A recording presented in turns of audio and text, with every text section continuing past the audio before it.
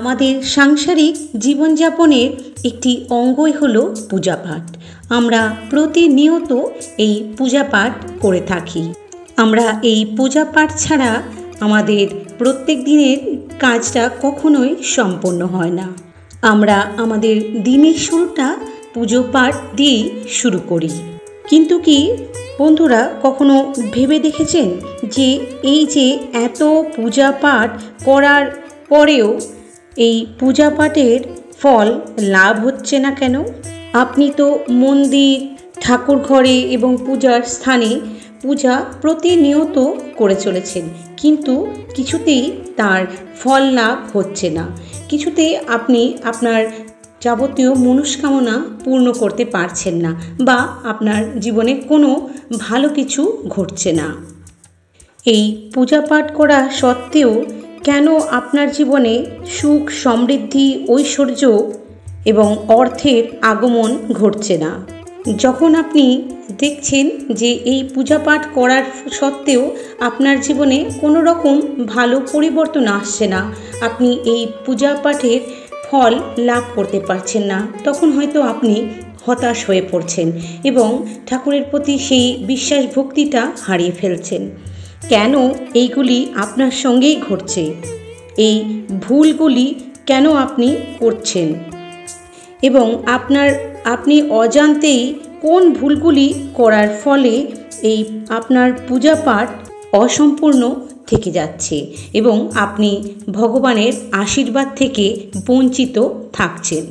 আমরা পূজা পাঠ করার সময় যে বিশেষ ভুলগুলি করে থাকি, যার কারণে আমাদের এমনটা জীবনে ঘটে থাকে, সেই কারণে অনেক সময় দেখা যায় যে পুজো পাঠ, উপবাস এবং ঠাকুরের এত অর্চনা এবং ঠাকুরকে ডাকা একনিষ্ঠ ফল আপনি পাচ্ছেন না।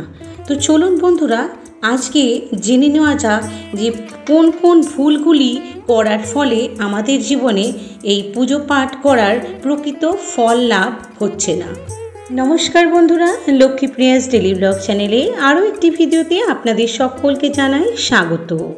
আর ভিডিওটি দেখার সঙ্গে সঙ্গে একটি লাইক করে দিবেন এবং একটি শেয়ারের মাধ্যমে আপনার নিকটতম প্রিয় আত্মীয় স্বজন, বন্ধুবান্ধবদের মধ্যে ছড়িয়ে দিয়ে তাদের দেখার সুযোগ করে দিবেন, যাতে এই ভিডিওটির মাধ্যমে তারাও উপকৃত হতে পারে। এবং কমেন্ট সেকশনে লিখতে ভুলবেন না যেন জয় শ্রীকৃষ্ণ, রাধে রাধে। তো চলুন বন্ধুরা, এবার ফিরে যাওয়া যাক মূল পর্বে ভিডিওটির। চলুন তবে জেনে নেওয়া যাক যে আপনার নিজের বাড়িতে কিংবা যখন আপনি কোনো মন্দিরে পুজো দিচ্ছেন, তখন আপনি কিভাবে পুজোটি সঠিক পদ্ধতিতে করবেন। নাম্বার 1, যে কোনো মন্দিরে কিংবা আপনার বাড়িতে যখন আপনি পুজো অর্চনা করছেন, তখন আপনি অবশ্যই স্নান না করে মন্দিরে প্রবেশ করবেন না বা আপনার ঠাকুর ঘরে প্রবেশ করবেন না। এটি একটি চরমতম ভুল। আপনি অবশ্যই স্নান করে শুদ্ধ বস্ত্র পরিধান করে ঠাকুরের সামনে বসবেন এবং কখনোই আপনি মন্দিরে বা পুজো করছেন সেই ঠাকুর ঘরে দাঁড়িয়ে কখনোই পুজো করবেন না। এতে ভগবান রুষ্ট হন আপনার প্রতি এবং আপনার পুজোটি কখনোই গ্রাহ্য হয় না। আপনি যখন পুজো শুরু করবেন আপনার ঠাকুর ঘরে, তখন অবশ্যই একটি আসনে উপবিষ্ট হবেন, অর্থাৎ একটি আসনে বসে পুজোটি সম্পন্ন করবেন। স্থির মনে এবং ঠাকুরের সামনে বসে আপনাকে পুজো করতে হবে। এটি পুজো করার সঠিক পদ্ধতি। আর আপনি যে আসনটিতে বসবেন সেটি অবশ্যই কম্বল কিংবা কুশন হলেই চলবে। সেটিকে ধর্মীয় শাস্ত্রে শুদ্ধ বলে মনে করা হয়। নাম্বার 2, ভগবানের স্থান যেন সবসময় মাটি থেকে একটু উপরে রাখবেন, অর্থাৎ একটু উঁচুতেই ভগবানকে অধিষ্ঠান করবেন। কারণ ভগবান উপরে থাকে, কারণ তিনি শ্রেষ্ঠ এবং বিশ্ব ব্রহ্মাণ্ডের একমাত্র শক্তির আধার। তাই পরমেশ্বরকে আমরা সর্বদাই উচ্চ স্থানে অধিষ্ঠান করব। তাই কখনোই ভগবানকে মাটিতে কিংবা নিচু স্থানে রেখে পুজো করবেন না। আপনি পারলে কিছু একটা পেতেও নিতে পারেন, সেটা পিঁড়ি হতে পারে বা সিংহাসন হতে পারে, সেখানে আপনি ঠাকুরকে বিরাজিত করাবেন। একটা কথা অবশ্যই মনে রাখবেন বন্ধুরা, যখনই আপনি পূজা অর্চনা করবেন তখন কিন্তু দেবদেবীর মূর্তি দেওয়ালে টাঙিয়ে পুজো করবেন না। সেটি একটি আসনে কিংবা একটি পিঁড়িতে উচ্চ স্থানে সেটি অধিষ্ঠান করার পরেই পুজো করবেন। এমনটাই আমাদের ধর্মীয় শাস্ত্রে মান্যতা রয়েছে। নাম্বার 3, আপনি যে পুজোর ঘর তৈরি করবেন বা করছেন সেটি অবশ্যই যেন উত্তর পূর্ব কোণ হয়। এটিকে আমরা ঈশান কোণও বলে থাকি। এই ঈশান কোণে আমাদের সকল দেবদেবীর অধিষ্ঠান। তাই চেষ্টা করবেন অবশ্যই আপনার পুজোর ঘরটি অন্তত উত্তর পূর্ব কোণ কিংবা ঈশান কোণে অবস্থিত হয়। একটা জিনিস অবশ্যই লক্ষ্য রাখবেন বন্ধুরা, আপনি যে মূর্তিটি বা ছবিটি পুজো করছেন সেটি যেন খুব বড় না হয়। সেই মূর্তি খুব বড় ঘরে, ঠাকুর ঘরে রাখতে নেই। মূর্তি যেন 9 ইঞ্চির বেশি না হয়। এবং আপনার ঠাকুর ঘরে ঠাকুর পূজার কি সামগ্রী আপনি রাখতে পারেন, চলুন সেটাও আজ জেনে নিই। ঠাকুরের কোনো জিনিস যেমন শঙ্খ, ঘণ্টা, প্রদীপ, প্রসাদ কোটো, শিবলিঙ্গ, ঠাকুরের বাসনকেও কখনো খালি মাটিতে রাখবেন না। এগুলি অবশ্যই মাটি থেকে একটু উঁচু স্থানে রাখবেন। এরকম করলে পুজো করার পরেও পুজোর ফল পাওয়া যায় না। নাম্বার 4, অনেক লোকই রয়েছেন যারা পূজা করার সময় ধূপ দ্বীপ জ্বালিয়ে থাকে, কিন্তু এটি একদমই ভুল। কারণ পুজোর সময় সর্বদাই আমাদের উচিত একটি প্রদীপ ভগবানের নিকট প্রজ্বলিত করা। এটি মনে করা হয় শাস্ত্রমতে প্রদীপ ভগবানের প্রতি আমাদের গাঢ় ভক্তি শ্রদ্ধার একটি নিবেদন মাত্র। তাই ভক্তি শ্রদ্ধার সহিত অবশ্যই পূজা করার সময় একটি প্রদীপ প্রজ্বলিত করতে একদমই ভুলবেন না। একটা কথা মাথায় রাখবেন বন্ধুরা, পুজো করা সম্পন্ন করার পরেও প্রদীপটি যেন কখনোই নিভে না যায়। আপনি নিজে কখনোই প্রদীপটিকে নেভাবেন না, সেটি প্রজ্বলিত করে রেখে দিন। নাম্বার 5, আপনার ঠাকুর ঘরে একই মূর্তি একের অধিক কখনোই রাখবেন না, ছবি বা মূর্তি। এতেও আপনার ঠাকুর ঘরে নেগেটিভ শক্তির বৃদ্ধি পাবে। নাম্বার 6, পুজো করার পূর্বে যদি আপনার সঙ্গে আপনার বয়োজ্যেষ্ঠ কিংবা গুরুদেবের উপস্থিত পান তাহলে অবশ্যই ওনাকে প্রণাম এবং সম্মান জানিয়ে আপনার পূজা অর্চনা শুরু করুন। এতে আপনি খুব ভালো ফল লাভ করবেন। এই কাজটি করলে ভগবানও আপনার প্রতি সন্তুষ্ট হবেন।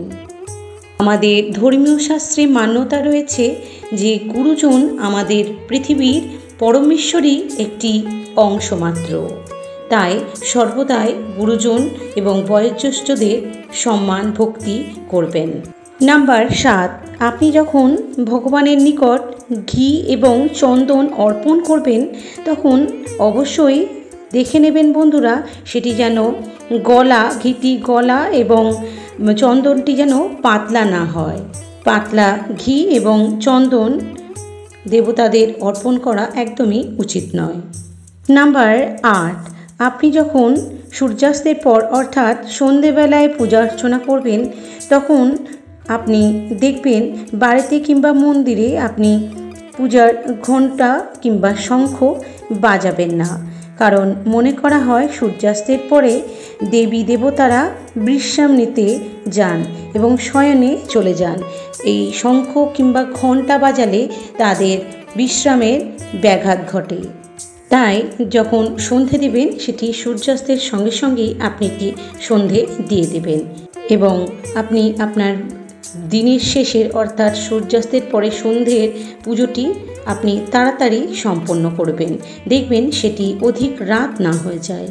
বন্ধুরা, নাম্বার 9 হচ্ছে আপনি যখন পুজো সম্পন্ন করবেন মন্দির কিংবা আপনার ঠাকুর ঘরে, তখন মন্দির পুজো সম্পন্ন করার শেষে হাত জোড় করে ঠাকুরের নিকট আপনি আপনার ক্ষমা প্রার্থনা করবেন।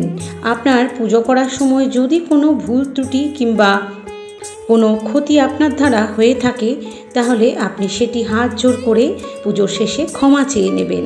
এতে ভগবান আপনার প্রতি রুষ্ট না হয়ে সন্তুষ্ট হবেন এবং আপনার দ্বারা করা কাজের মধ্যে যে অজানা ভুলগুলি আপনি করেছেন সেগুলি ভগবান নির্দ্বিধায় ক্ষমা করে দেবেন। নাম্বার 9, আপনার পুজো ঘরে কিংবা মন্দিরে কখনোই বস্ত্রহীন ঠাকুর রাখবেন না। দেবদেবীদের যখনই আপনি রাখবেন বা অধিষ্ঠান করাবেন তখন অবশ্যই যেন তাদের বস্ত্র পরিধান করিয়েই বিরাজিত করবেন। দুর্গা, বিষ্ণু, শিব এবং সূর্য, গণেশ ইনাদের পঞ্চদেব বলা হয়। প্রতিদিন পূজা করার সময় পঞ্চদেবের ধ্যান অবশ্যই করবেন।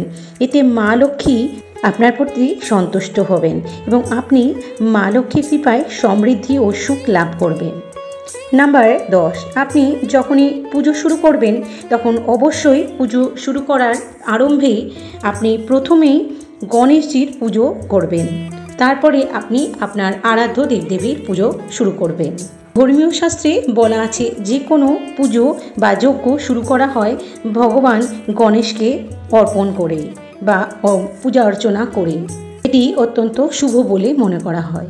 নাম্বার 11, আপনি যখন পুজো করতে বসবেন অবশ্যই আপনি আপনার মাথাটি একটি কাপড় বা একটি বস্ত্র দিয়ে ঢেকে পুজো শুরু করবেন।